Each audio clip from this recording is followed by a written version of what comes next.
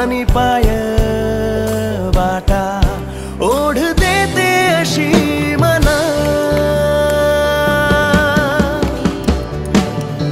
कोकणाची माती हळवी गोड नाती सौंदर्याचा तो खजिना।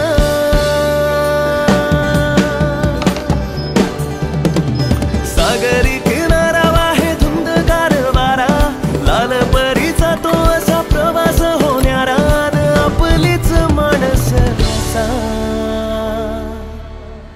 येवा कोकण आपलोच असा, येवा कोकण आपलोच असा।